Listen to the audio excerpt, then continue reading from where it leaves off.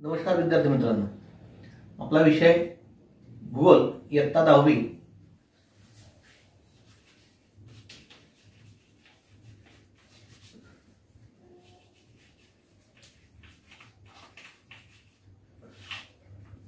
प्रकरण 8.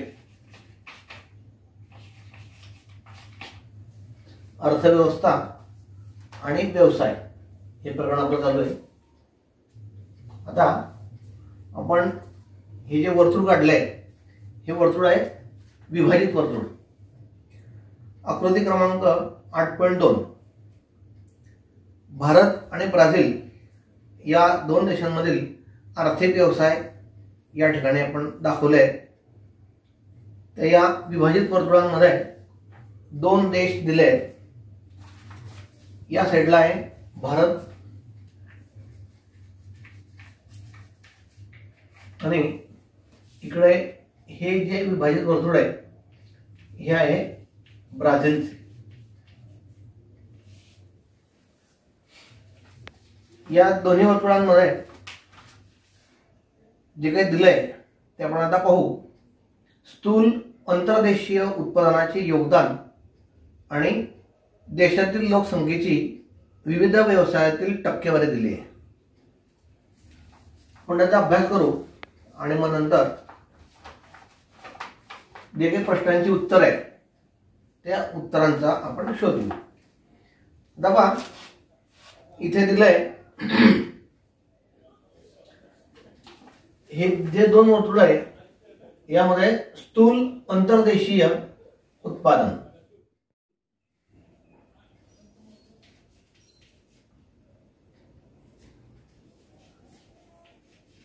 अंतर्देशीय उत्पादनात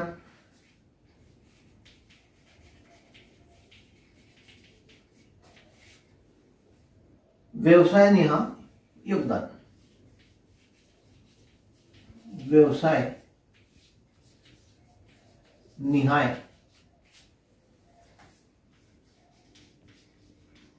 योगदान 2016. आणि हे जे वर्तुळ दिले दोन यामध्ये दिले व्यवसायामध्ये कार्यरत असणाऱ्या लोकसंख्येची टक्केवारी.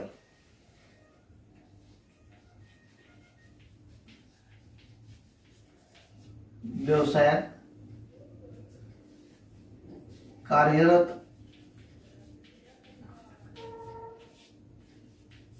असणाऱ्या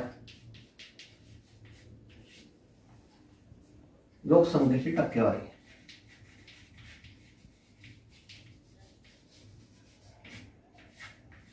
लोकसंख्येची टक्केवारी हे पण 2016चं या ठिकाणी टक्केवारी दिली आहे. आता आपण हे जे विभाजित वर्तुळ आहे या वर्तुळांचं पहिला घटक पाहू. स्थूल अंतर्देशीय उत्पादनात व्यवसाय निहाय योगदान. ब्राझीलचं पाहू. यामध्ये हे सेंटर,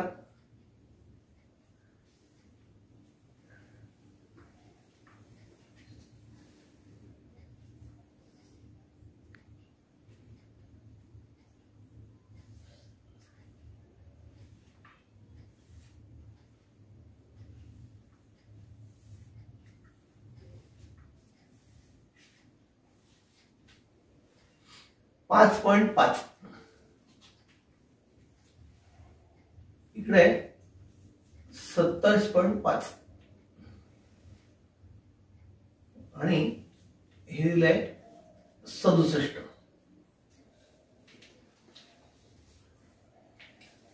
इकडे पाहू.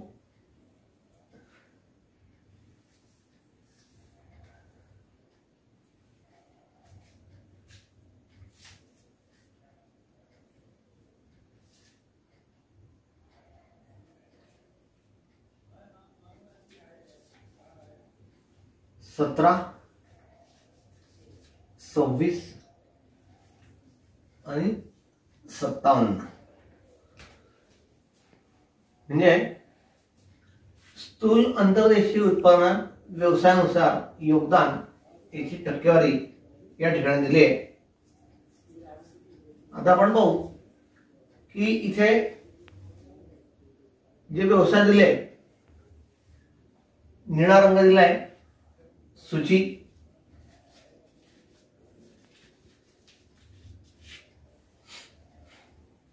इथे आपण रंग बदल करत थोडेसे. प्राथमिक व्यवसाय,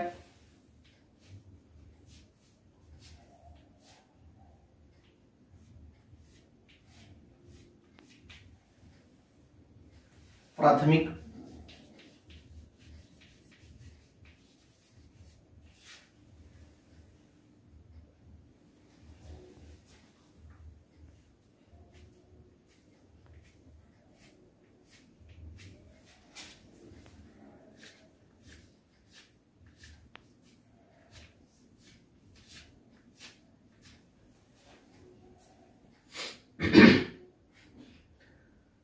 त्यानंतर द्वितीयक,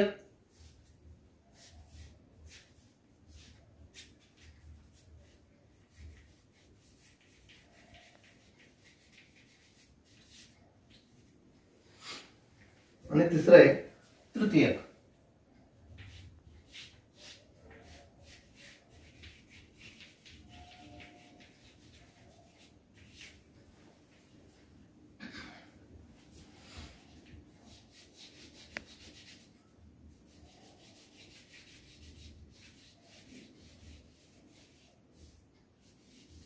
ह्या तिरप्या रेषा प्राथमिकच्या दिल्या आहे.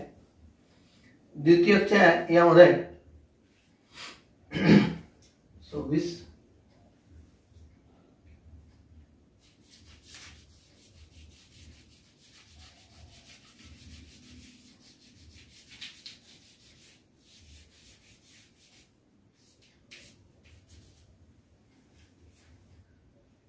$27.5.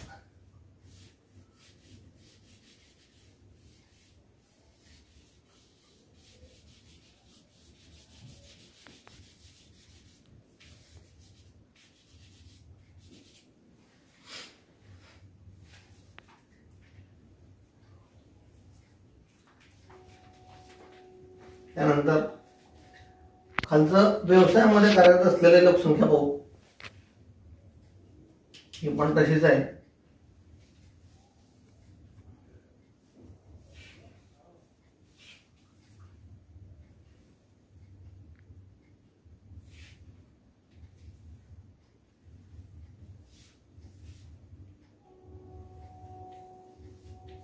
दहा, निळा रंग,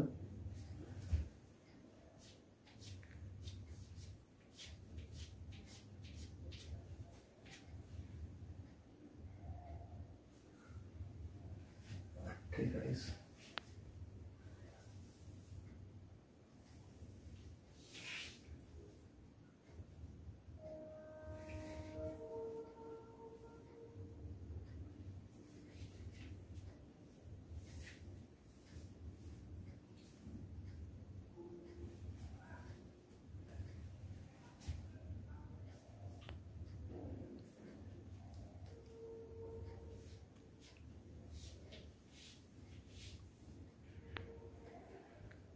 24.3, 48.8, 26.9,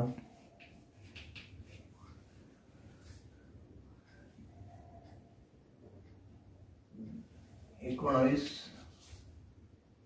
आणि 71.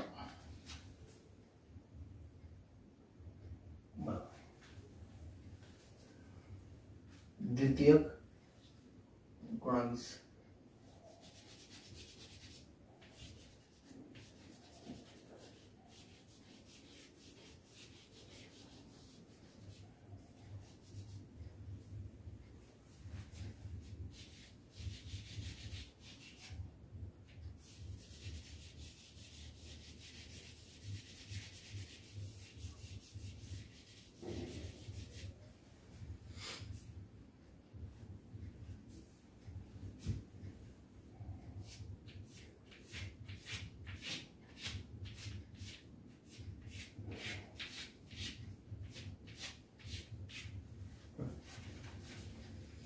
आता हे पहा, पुन्हा पाहू, हा ब्राझील देशाचा वर्तुळ आहे, विभाजित वर्तुळ. यामध्ये स्थूल अंतर्देशीय उत्पादन आणि व्यवसायाचं योगदान दिलंय 2016 सालचं. आता सूची दिली पहा, प्राथमिक व्यवसायामधून जे योगदान मिळालं उत्पादनातलं ते या ठिकाणी 5.5 एवढं आहे. तर द्वितीयक व्यवसायामध्ये त्याच वेळेस प्राथमिक व्यवसायामध्ये भारताचं योगदान हे 17% आहे किंवा एकंदरीत उत्पन्नाच्या 17% त्याचा भाग आहे. द्वितीयक व्यवसायामधून ब्राझीलमध्ये 27.5 तर भारतामध्ये 26. तृतीयक व्यवसायामध्ये ब्राझीलमध्ये 67 तर भारतामध्ये तृतीयक व्यवसाय हा 57 आहे. त्यानुसार पुढचं आहे, या व्यवसायामध्ये कार्यरत असणारे लोक आणि त्यांची टक्केवारी.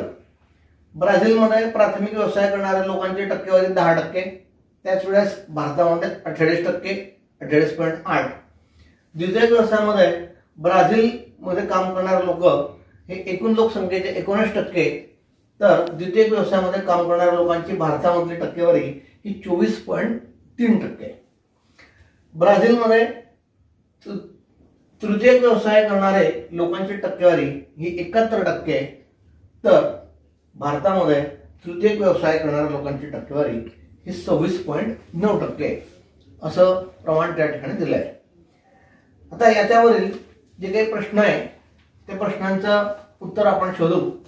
प्रश्न पहिला आहे, प्राथमिक व्यवसायामध्ये गुंतलेल्या लोकसंख्येची टक्केवारी कोणत्या देशात जास्त आहे? आता पहिले पाहू की प्राथमिक व्यवसाय या ठिकाणी हा दिला आहे. ब्राझीलचा विभाजित वर्तुळ हे, भारताचं विभाजित वर्तुळ हे. व्यवसायात गुंतलेली लोकसंख्या, व्यवसाय दिला आहे प्राथमिक व्यवसाय. कोणत्या देशामध्ये लोक प्राथमिक व्यवसाय करणाऱ्यांची संख्या जास्त आहे? तर पहा, प्राथमिक व्यवसाय म्हणजे आडव्या रेषा. ब्राझीलमध्ये 10% लोक काम करत आहेत, तर प्राथमिक व्यवसायामध्ये काम करणाऱ्या लोकांची संख्या भारतामध्ये 48.8 आहे. साहजिकच ही 10 आहे, ही 48.8 आहे. उत्तर आहे, भारतामध्ये सर्वात जास्त लोक प्राथमिक व्यवसाय करतात. किती प्रमाण दिलंय? 48.8. दुसरा प्रश्न आहे, स्थूल अंतर्देशीय उत्पादनात कोणत्या देशामध्ये तृतीयक व्यवसायाचं योगदान जास्त आहे? तर तृतीयक व्यवसाय हा कोरा भाग दाखवलाय आपण. आणि स्थूल अंतर्देशीय उत्पादन ब्राझीलमध्ये 67 प्रमाण त्याचं आहे आणि भारतात 57 आहे. साहजिकच स्थूल अंतर्देशीय उत्पादनामध्ये ब्राझील हा देश पुढे आहे. एकूण उत्पादनाच्या 67% उत्पादन हे ब्राझीलचं आहे, तर भारताचं 57 आहे, 10 कमी आहे. तिसरा प्रश्न पहा, स्थूल अंतर्देशीय उत्पादनामध्ये द्वितीयक व्यवसायांचा हिस्सा कोणत्या देशात जास्त आहे?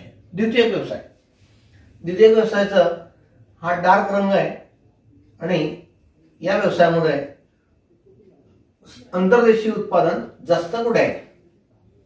ब्राझीलचं आहे 27.5, भारताचं आहे 26.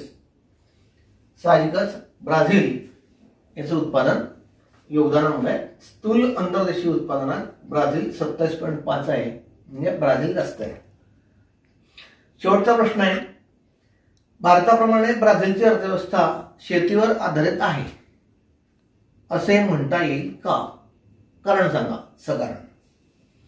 ब्राझीलची अर्थव्यवस्था ही शेतीवर अवलंबून आहे का नाही हे शोधायचं आहे. आता पहा, भारताच्या लोकसंख्येमध्ये 28% लोक प्राथमिक व्यवसाय करतात. ब्राझीलमध्ये फक्त 10% लोक करतात. भारतात एकूण उत्पादनाच्या 17% उत्पादन प्राथमिक व्यवसायातलं आहे, म्हणजे शेतीतलं आहे. प्राथमिक व्यवसायामध्ये कोणकोणते व्यवसाय मोडले जातात? तर साहजिकच शेतीचं उत्पादन प्राथमिक व्यवसायामध्ये आहे. ब्राझीलमध्ये फक्त 5.5 एवढं टक्केवारी ही प्राथमिक व्यवसायाशी संबंधित आहे. त्यामध्ये प्राथमिक व्यवसायामध्ये खूप व्यवसाय आहे, त्यापैकी एक शेती आहे. साहजिकच भारत हा प्राथमिक व्यवसायावर जास्तीत जास्त अवलंबून आहे, ब्राझील कमी आहे. म्हणजेच ब्राझील हा देश याची अर्थव्यवस्था ही शेतीवर अवलंबून नाही, म्हणजेच प्राथमिक व्यवसायावर अवलंबून नाही. उत्तर असं आहे की ब्राझीलची अर्थव्यवस्था ही शेतीवर अवलंबून नाही. आता कारण सांगायचं आहे. कारण काय? साहजिकच इथे एकूण उत्पादनाच्या 17% उत्पादन प्राथमिक व्यवसायातलं आहे, तर इथे कमी आहे, फक्त 5.5 आहे. ब्राझीलमध्ये 10% लोकसंख्या ही शेतीशी संबंधित आहे. भारतात जास्त आहे, 48.8 आहे. साहजिकच ब्राझील हा देश याची अर्थव्यवस्था ही शेतीवर अवलंबून नाही. तर तृतीयक आर्थिक व्यवसाय या देशामध्ये जास्त होतो, त्या खालोखाल द्वितीयक आर्थिक व्यवसाय केला जातो. साहजिकच हे दोन उद्योग द्वितीयक आणि तृतीयक या व्यवसायामध्ये ब्राझील हा देश पुढे आहे. आता आपण याचं स्पष्टीकरण पाहू, भौगोलिक स्पष्टीकरण. त्यामध्ये काही गोष्टी दिल्या आहेत. आता आपण पाहू, विभाजित वर्तुळ पाहिलं. आता भौगोलिक स्पष्टीकरण पाहू. आकृती क्रमांक सुरुवातीला 8.1 आपण पाहिले. त्यामध्ये जे स्थूल राष्ट्रीय उत्पन्न 3 देशाचं दाखवलं आहे, त्यामध्ये ब्राझील, भारत आणि अमेरिकेचे संयुक्त संस्थान आहे. याचा आपण अभ्यास केला सुरुवातीला.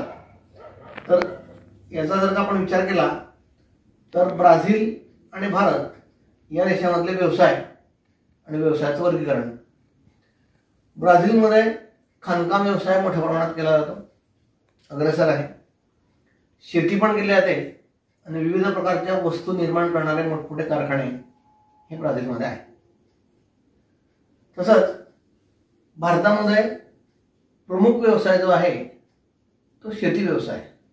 भारताची अर्थव्यवस्था ही शेतीवर अवलंबून आहे, म्हणून भारताला कृषीप्रधान देश या नावाने जगात ओळखलं जातं. एकूण लोकसंख्येच्या आपण आताच पाहिलं 60-70% जास्त लोक शेती व्यवसायामध्ये गुंतले आहेत. शेतीशी संबंधित अनेक जे काही पूरक व्यवसाय असतील त्याचा सुद्धा भारतामध्ये जास्तीत जास्त हा वापर केला जातो. सेवा व्यवसाय सुद्धा भारतामध्ये होतो. सेवा व्यवसायामध्ये जरी भारत चांगला प्रगती करत असेल तरी मात्र भारतामध्ये जास्तीत जास्त शेतीच केली जाते. देश खूप मोठा आहे, शेतीचं प्रमाण जास्त आहे, खेड्यांचं प्रमाण जास्त आहे. आणि या खेड्यामध्ये प्रमुख व्यवसाय जर लोकांचा कोणता असेल तर तो म्हणजे शेती व्यवसाय. उद्योगधंदे भरपूर आहे, कारखाने पण खूप आहे. शेतीवर आधारित असलेले अनेक छोटे मोठे कारखाने भारतामध्ये खाजगी व्यवस्था, सरकारी असतील किंवा सहकारी तत्त्वावर चालणारे असे काही कारखाने भारतामध्ये आहेत. दोघा देशांची म्हणजे ब्राझील आणि भारत दोघांची अर्थव्यवस्था ही मिश्र अर्थव्यवस्था आहे. अर्थव्यवस्थेचे आपण जे प्रकार पाहिले, समाजाची अर्थव्यवस्था, भांडवलाची अर्थव्यवस्था, तर भारताची सुद्धा मिश्र अर्थव्यवस्था आहे आणि ब्राझीलची सुद्धा मिश्र अर्थव्यवस्था आहे. दोघा देशांची अर्थव्यवस्था ही मिश्र प्रकारची आहे. काही उद्योग सरकारच्या मालकीचे, काही उद्योग खाजगी मालकीचे असं त्यामध्ये असतं. दोघंही देश विकसनशील आहे, पूर्णपणे मागास नाही आणि पूर्णपणे प्रगत नाही. खूप त्यांचा विकास झाला नाही अमेरिकेसारखा, जपानसारखा, परंतु एकदम मागे पण नाही, तर मध्यम स्वरूपामध्ये ते प्रगतीपथावर चालू आहे. म्हणून भारताची आणि ब्राझीलची दोघांची अर्थव्यवस्था ही विकसनशील आहे. पुढचा मुद्दा पाहू, दरडोई उत्पन्न. आता दरडोई उत्पन्न म्हणजे काय तुम्हाला माहिती असेल. दरडोई, डोई म्हणजे डोकं, दर म्हणजे प्रत्येक, म्हणजे मानसी उत्पन्न, म्हणजे प्रत्येक व्यक्तीचं राष्ट्रामध्ये जो योगदान आहे, म्हणजे एकूण उत्पन्न भागीला त्या देशाची लोकसंख्या. जे उत्तर येतं ते एका व्यक्तीच्या हिश्श्यावर असलेलं राष्ट्राचं उत्पन्न म्हणजे पैसा, त्याला म्हणतात दरडोई उत्पन्न. आता दरडोई उत्पन्नाचा जर का विचार केला तर ब्राझील या देशाचं दरडोई उत्पन्न हे जास्त आहे भारतापेक्षा. तर भारताचं दरडोई उत्पन्न हे ब्राझीलपेक्षा कमी आहे. असा प्रश्न विचारला तुम्हाला की भारताच्या दरड उत्पन्न ब्राझीलपेक्षा कमी का आहे, याचा शोध घ्यायचा आपण आणि शोध घेऊन विचार करून ते आपण लिहायचं आहे. पुढचं आहे राष्ट्र उत्पन्न. एकंदरीत 8.1 मध्ये जे काही 4-5 स्तंभालेख वेगवेगळ्या सालामध्ये आपण पाहिले, त्यामध्ये राष्ट्र उत्पन्नामध्ये ब्राझील देश भारतापेक्षा मागे आहे. राष्ट्र उत्पन्न त्यांचं कमी आहे, भारतात जास्त आहे. म्हणजे आपल्या देशाचं उत्पन्न जास्त आहे, तर हे उत्पन्न जास्त का आहे आणि ब्राझीलचं कमी काय आहे याचा आपण विचार केला पाहिजे. परंतु तिसरा आलेखामधला तिसरा जो देश आहे तो हे अमेरिकेचं संयुक्त संस्थान आहे. अमेरिकेच्या काय संस्थानामध्ये ब्राझील आणि भारत या दोघं देशांपेक्षाही त्या ठिकाणचं राष्ट्रीय उत्पन्न जास्त आहे. भारतापेक्षा पण जास्त आहे, ब्राझीलपेक्षा पण जास्त आहे. आणि दरड उत्पन्न जे आहे ब्राझीलचं कमी आहे भारतापेक्षा. परंतु भारत आणि ब्राझील या दोन्ही देशांपेक्षा अमेरिकेचं जे संयुक्त संस्थान आहे त्या संयुक्त संस्थानाचं राष्ट्रीय उत्पन्न पण जास्त आहे आणि दरडी उत्पन्न सुद्धा जास्त आहे. देश विकसित आहे आणि त्यामुळे आपण त्याची पण तुलना करावी. त्यांचं राष्ट्रीय उत्पन्न जास्त काय आहे, आपलं कमी काय आहे, आपलं दरडी उत्पन्न कमी काय आहे, ब्राझीलचं जास्त काय आहे, आणि ब्राझील आणि भारत यांच्या दोघांच्या उत्पन्नाच्या कितीतरी पट जास्त अमेरिकेचं संयुक्त संस्थानाचं उत्पन्न दरडी जास्त आहे, याचाही विचार केला पाहिजे.